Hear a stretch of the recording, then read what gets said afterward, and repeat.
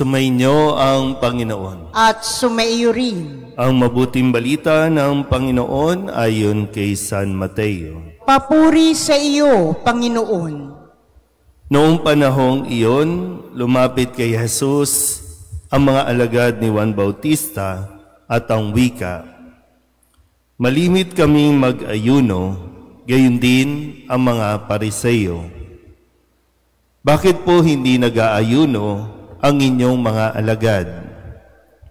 Sumagot siya, "Maaari bang magdalamhati ang mga panauhin sa kasalan habang kasama nila ang lalaking ikinasal? Kapag wala na siya, saka pa lamang sila mag-aayuno.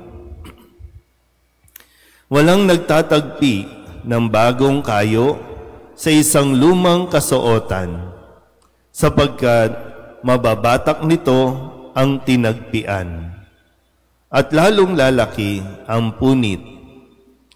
Wala ring nagsisilid ng bagong alak sa lumang sisidlang balat. Kapag gayon ang ginawa, puputok ang balat, matatapon ng alak at mawawasak ang sisidlan. Sa halip ay isinisilid ang bagong alak sa bagong sisidlang balat, at sa gayoy kapwa nagtatagal." Ang mabuting balita ng Panginoon. Pinupuri ka namin, Panginoong Hesukristo. Isang magandang umaga po sa inyong lahat. Ngayon po ay Sabado ng ika-13 linggo sa karaniwang panahon. Huling araw para sa linggong ito at ating po muling lakbayin, balikan natin ang lahat ng mga aral na ibinigay sa atin ng ating Panginoon sa buong linggong ito. At nawa, dahil mahalaga po, katulad ng Mahal na Birhen, kung saan ating ginugunita tuwing Sabado, yung pagtanggap sa salita. At yung lagi natin itong inaalala, iniisip, nang sa ganon ay nagkakaroon tayo lagi ng pinaghuhugutan natin. Nung Lunes, nung ipinahayag nung ibang mga alagad na gusto nilang sumunod kay Kristo, pero sinabi ni Kristo sa kanila, may mga lungga ang mga asong gubat at may mga pugad ang mga ibon, ngunit ang anak ng tao'y wala man lamang matulugan o mapagpahingahan. Baka kasi pag sumusunod tayo kay Kristo, kadalasan ang inaasahan natin, magkakaroon tayo ng komportableng pamumuhay. Pero nilinaw nga ni Jesus, hindi ganon ang pagsunod sa akin. Kagaya nila Kristo at ng mga alagad, no permanent address, kasi lipat ng lipat. Pag-isipan muna ng mabuti, baka hindi mo mapanindigan ang pagsunod mo sa akin. Noong Martes, sinabi rin niya, "Ano't kayo'y natatakot?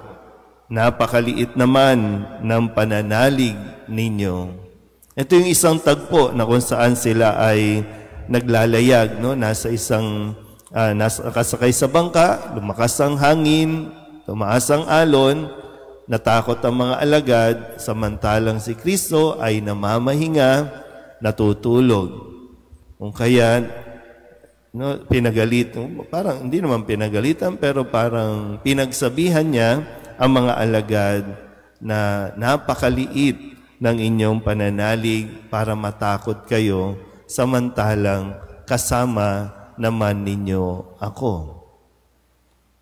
Nung Miyerkules, ang paanyaya o paalala ni Kristo sa kanyang mga alagad, o hindi man sa alagad, dahil mayroong nagpaalam kay Kristo na salubong niya o sinalubong siya ng mga demonyo na sumasapi doon sa dalawang lalaki. Pero nakiusap itong mga demonyong ito na huwag silang parusahan kundi doon na lang sa mga babuyan sila pumasok at sinabi ni Kristo, humayo. Pero ganun lang, kasimple, hindi ginagawang komplikado ng Panginoon ang pakikipag-usap sa Kanya. Kahit ang demonyo, di ba? Ganun lang. Hayaan mo muna kaming okay, humayo kayo. So, ganun din sa atin, magandang maging mensahe na, sige, humayo ka. Kung anong gusto mong gawin, humayo ka. Pero dapat, pagdasalan mo muna ng mabuti bago ka makipag-usap din muli sa Diyos. Ano mo yun? Magdadasal ka sa Diyos, bago ka magdasal ka muna din para malinaw kung ano talaga ang hihingiin mo. At nung Huwebes, ang sabi naman sa atin ni Kristo, mapapalad ang mga naniniwala kahit hindi nila ako nakikita. Yung pananampalataya, yung pananalig, kahit hindi mo nakikita, maniniwala ka. Ito yung tagpo na punong-puno ng pagdududa si Tomas kung totoo nga bang nabuhay si Kristo. At kahapon, ang sabi ni Kristo, habag ang ibig ko, hindi hain.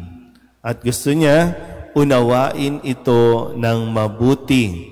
Habag ang ibig ko, hindi hain.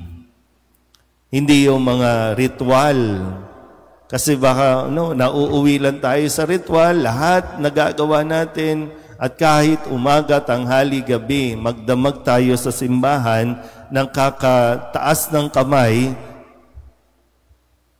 tapos wala tayong compassion, wala tayong pagkahabag sa ating kapwa, na hindi natin matanggap ang ating kapwa sa kanilang pagiging makasalanan, sa kanilang kahinaan, hindi yon ang nais. Kasi yung ritual na ginagawa natin, ang nawa ay ang bunga nito, tayo ay nagiging mahabagin sa kahinaan ng iba. Kasi kini-question sila, kini-question ng ibang mga tao, lalo na ng mga Pariseo, na bakit nakikisalo si Kristo sa mga makasalanan. Sa atin, bakit nakikisalo si Kristo sa atin? Tingin ba natin sa sarili natin, hindi makasalanan? Kasi kung tingin natin makasalanan tayo, ay lubos ang ating pagpapasalamat na tayo po ay naririto sa hapag na kung saan inihanda ni Kristo. At ngayon, paalala sa atin, walang nagtatagpi ng bagong kayo sa isang lumang kasuotan. Kapag ginawa iyon, mababatak nito ang tinagpian at lalong lalaki ang punit. So sa relasyon natin sa Diyos, sa ating pananampalataya, kapag tayo po ay tumanggap kay Kristo, nagiging bago tayo. Ibig sabihin, sa pananampalataya natin, hindi pwedeng tagpi-tagpi lang. Tatagpian mo lang ng konti, tatagpian mo dito, hindi maayos. Either luma o bago. Either manatili ka sa lumang pamumuhay o yakapin mo ang bagong buhay na binibigay ni Kristo. Pero wag tagpi-tagpi. Huwag mong tatagpian o kaya, iba yung sinatawag nating tinatapalan lang natin para magmukhang bago. Pero kahit anong gawin natin, naririyan at makikita pa rin ang kalumaan ng ating pong pamumuhay. Huwag mong takpan, huwag mong tagpian. Minsan, hayaan mong ma-expose. Kung meron kang nagawang kasalanan, meron kang ginagawang kasalanan, hayaan mong ma-expose. Para mawala na talaga. Kasi kung meron tayong ginagawang kasalanan, tapos tatakpan mo lang, mas lalo magiging komplikado ang buhay mo. Magdesisyon ka. Yung lumang buhay o gusto mo ng bagong buhay na binibigay ni Kristo. Amen?